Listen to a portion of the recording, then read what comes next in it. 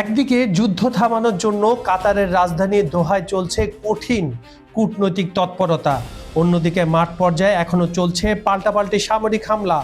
আজ ইরানের দক্ষিণ অঞ্চলে নতুন করে বিমান হামলা চালিয়েছে মার্কিন সামরিক বাহিনী।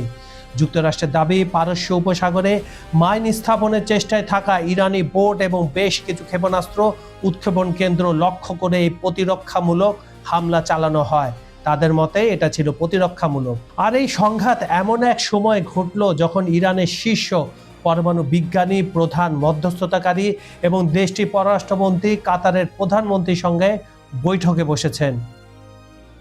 উদ্দেশ্য গত 3 মাস ধরে চলা এই বিধ্বংসী যুদ্ধ অবসানের একটি উপায় খুঁজে বের করা। তবে ওয়াশিংটন এবং তেহরান উভয় পক্ষই এখনই কোনো বড় চুক্তির সম্ভাবনাকে উড়িয়ে দিয়ে পরিস্থিতি শান্ত রাখার চেষ্টা করছিল। আর ঠিক সেই সময় এই হামলাটা।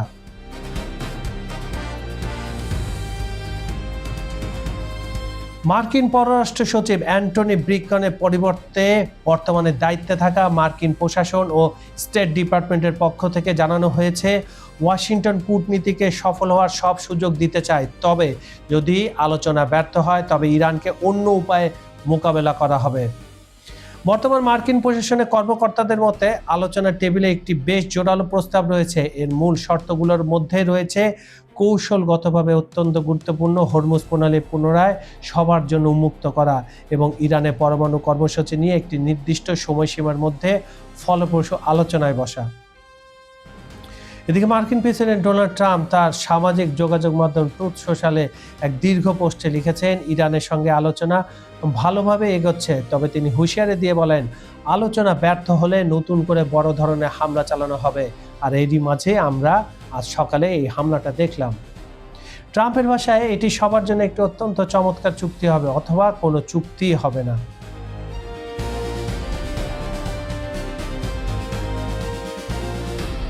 আমেরিকার হামলার কয়েক ঘন্টা পরে মার্কিন সেন্ট্রাল কমান্ড এক বিবৃতিতে জানায়, যুদ্ধবিরতি চলাকালীন নিজেদের সেনাদের নিরাপত্তা নিশ্চিত করতে তারা এই হামলা চালিয়েছে।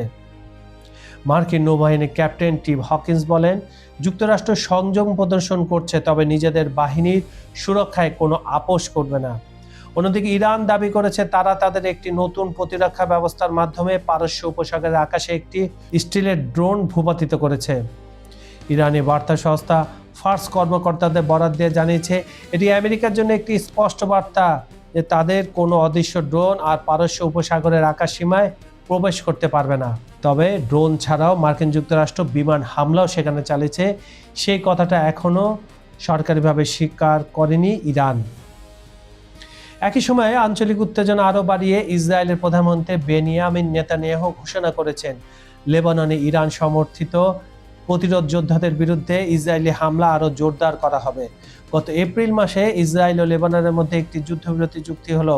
তাদের প্রতিরোধ যোদ্ধারা সেই চুক্তির অংশ না হওয়ায় ইসরায়েল তাদের উপর ক্রমাগত বিমান হামলা চালিয়ে যাচ্ছে।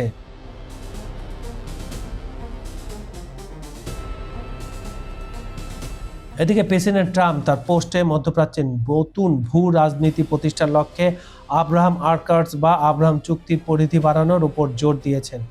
তিনি সৌদি আরব, কাতার, পাকিস্তান, মিশর, জর্ডান এবং তুরস্ককে অবিলম্বে এই চুক্তিতে স্বাক্ষর করার আহ্বান জানিয়েছেন, যা তিনি বাধ্যতামূলক বলে উল্লেখ করেন। তবে আন্তর্জাতিক বিশ্লেষক এবং আঞ্চলিক শক্তিগুলো ট্রাম্পের এই কৌশলকে ভিন্ন চোখে দেখছে। পাকিস্তানের একটি কূটনৈতিক সূত্র জানিয়েছে, ইরান সংকটের কূটনৈতিক আলোচনাকে ট্রাম্প অন্য দেশের উপর চাপ সৃষ্টির হাতিয়ার হিসেবে ব্যবহার করছেন। তাদের মতে ইরান যুদ্ধ এবং আব্রাহাম চুক্তি দুটি সম্পূর্ণ ভিন্ন বিষয় এবং এসব একসাথে মেলানো যাবে না। ইন্টারন্যাশনাল ক্রাইসিস গ্রুপের ইরান প্রকল্পের পরিচালক আলী বায়েজ মন্তব্য করেছেন, ট্রাম্প ইরানের সাথে চুক্তিটিকে আব্রাহাম আর্কাইভসের সিকোয়েন্স হিসাবে বিক্রি করার চেষ্টা করছেন, যা ইসরায়েলের জন্য ভালো, তবে এই অঞ্চলের জন্য ভালো এবং ওয়াশিংটনের জন্য কঠোর বার্তা বহন করবে। কিন্তু তিনি আসলে একটি অবাস্তব কল্পনার পেছনে ছুটছেন, যেটা কোনোদিন হওয়া সম্ভব নয়।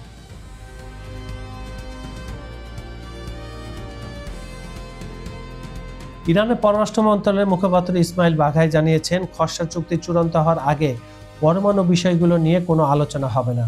ট্রাম্প প্রশাসনের মূল লক্ষ্য হলো ইরান যাতে উচ্চ সমৃদ্ধ ইউরেনিয়াম ব্যবহার করে পারমাণবিক অস্ত্র তৈরি করতে না পারে।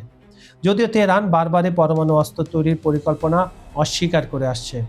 সবচেয়ে বড় আলোচনার বিষয় হয়ে দাঁড়িয়েছে হরমুজ প্রণালীর নিয়ন্ত্রণ। বিশ্ববাজারে প্রায় 1/5 জ্বালানি তেল ও তরলকৃত প্রাকৃতিক গ্যাস এই পথ দিয়েই পরিবাহিত হয়।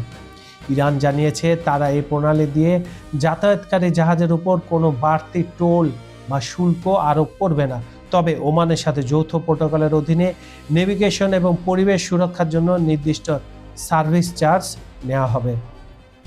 জাপানি সংবাদ মাধ্যম নিক্কেই এর প্রতিবেদন অনুযায়ী যুদ্ধ শেষ হওয়ার প্রায় 30 দিন পর হরমুজ প্রণালী পুরোপুরি খুলে দেওয়ার বিষয়ে আলোচনা চলছে। এই সময়ের মধ্যে ইরান প্রণালীতে বিছানো সব মাইন অপসারণ করবে, যাতে আন্তর্জাতিক বাণিজ্যিক জাহাজগুলো নিরাপদে চলাচল করতে পারে।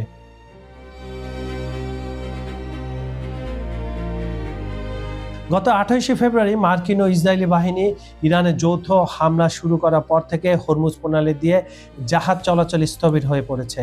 যেখানে আগে প্রতিদিন 125 থেকে 140টি জাহাজ চলাচল করত, এখন সেখানে মাত্র হাতে গোনা কয়েকটি জাহাজ পারাপার করে। গত 24 ঘন্টায় ইরানের সামরিক বাহিনী অনুমতি নিয়ে মাত্র 32টি বাণিজ্যিক জাহাজ এবং 5টি তেলবাহী ট্যাঙ্কার এই পথ দিয়ে অতিক্রম করেছে। এই অচল অবস্থার কারণে বিশ্ববাজারে তেলের দাম রেকর্ড পরিমাণ বেড়ে গিয়েছিল, যার ফলে বিশ্বজুড়ে জ্বালানি, সার ও খাদ্যপণ্যের দামের উপর মারাত্মক প্রভাব পড়ে। তবে সোমবার শান্তি আলোচনায় ইতিবাচক খবরের পর বিশ্ববাজারে অপরিশোধিত তেলের দাম প্রায় 4% কমে 2 সপ্তাহের মধ্যে সর্বনিম্ন পর্যায়ে নেমে এসেছে, যা বিশ্ব অর্থনীতির জন্য কিছুটা স্বস্তির বার্তা নিয়ে এসেছে। কিন্তু আজকের হামলার পর তেলের দাম আবার বাড়বে বলে আশঙ্কা করা হচ্ছে। বন্ধুরা, তাহলে খেলাটা আসলে কোথায় গিয়ে থামছে? একদিকে কাতারে বিলাসবহুল টেবিলে চলছে হাসি মুখের কূটনীতিক যুদ্ধ, আর অন্যদিকে পারস্য উপসাগরের নীল জলরাশি লাল হয়ে উঠছে মার্কিন যুক্তরাষ্ট্রের বারুদের আগুনে। ড্রোন ভূপাতিত করার ইরানি হুঙ্কার, নাকি ডোনাল্ড ট্রাম্পের আব্রাহাম আর্কাইটসের নামে মধ্যপ্রাচ্যকে গিলে খাওয়ার নতুন চাল? কে জিতবে এই দাবার বোর্ডে? পরমাণু বোমা চাবিকাঠি আর হরমুজ প্রণালীর দখল নিয়ে ওয়াশিংটন তেহরানের এই স্নায়ুযুদ্ধ কি আসলে শান্তির আলো দেখবে, নাকি এটা কেবল এক মহাপ্রলয়ের আগের স্তব্ধতা? বিশ্ব অর্থনীতি যখন তেলের দামের ওপর ওঠানামায় কাঁপছে, তখন মধ্যপ্রাচ্যের এই আগ্নেয়গিরি যে কোনো মুহূর্তে বিস্ফোরিত হতে পারে। আমরা জানতে চাই, এই ভূ রাজনৈতিক চালবাজিতে আপনার বাজি কার পক্ষে? ট্রাম্পের আগ্রাসী নীতি নাকি ইরানের প্রতিরোধ? আজকের এই রুদ্ধশ্বাস বিশ্লেষণটি আপনারা পৃথিবীর কোন প্রান্ত থেকে দেখছেন তা এখনই আমাদের কমেন্ট বক্সে ঝড় তুলে জানিয়ে দিন। বাংলাদেশ, ভারত, পাকিস্তান, আমেরিকা বা ইউরোপ, রাশিয়া ইউক্রেন যুদ্ধের উত্তাপের মাঝেই থাকা দর্শক, নাকি ব্রাজিল, আর্জেন্টিনা কিংবা আফ্রিকা অথবা মধ্যপ্রাচ্যের বুক থেকে সৌদি আরব, কুয়েত, দুবাইয়ের প্রবাসী ভাইরা? যেখান থেকে দেখছেন আপনার মূল্যবান মতামত কমেন্টে লিখুন, কারণ আপনার একটি মন্তব্যই বদলে দিতে পারে আলোচনার মোড়। আন্তর্জাতিক রাজনীতির এমন সব হারহিম করা ইনসাইড স্টোরি এবং এক্সক্লুসিভ আপডেট সবার আগে পেতে এখনই আমাদের চ্যানেলটি সাবস্ক্রাইব করুন এবং বেল আইকনটি চেপে দিন, কারণ সত্যটা শুধু এখানেই পাবেন। আমাদের সাথে ব্যবসায়িক অংশীদারিত্ব, বিজ্ঞাপন বা প্রমোশনের জন্য ডেসক্রিপশনে দেওয়া অফিসিয়াল নাম্বারে আজই যোগাযোগ করুন। আজকের মতো এখানে বিদায় নিচ্ছি। দেখা হবে আগামী ভিডিওতে মধ্যপ্রাচ্য বা বিশ্ব রাজনীতির নতুন কোনো বিস্ফোরক ইস্যু নিয়ে। ততক্ষণ পর্যন্ত চোখ রাখুন আমাদের পর্দায়। ভালো থাকুন, সতর্ক থাকুন এবং নিরাপদে থাকুন। আল্লাহ হাফেজ।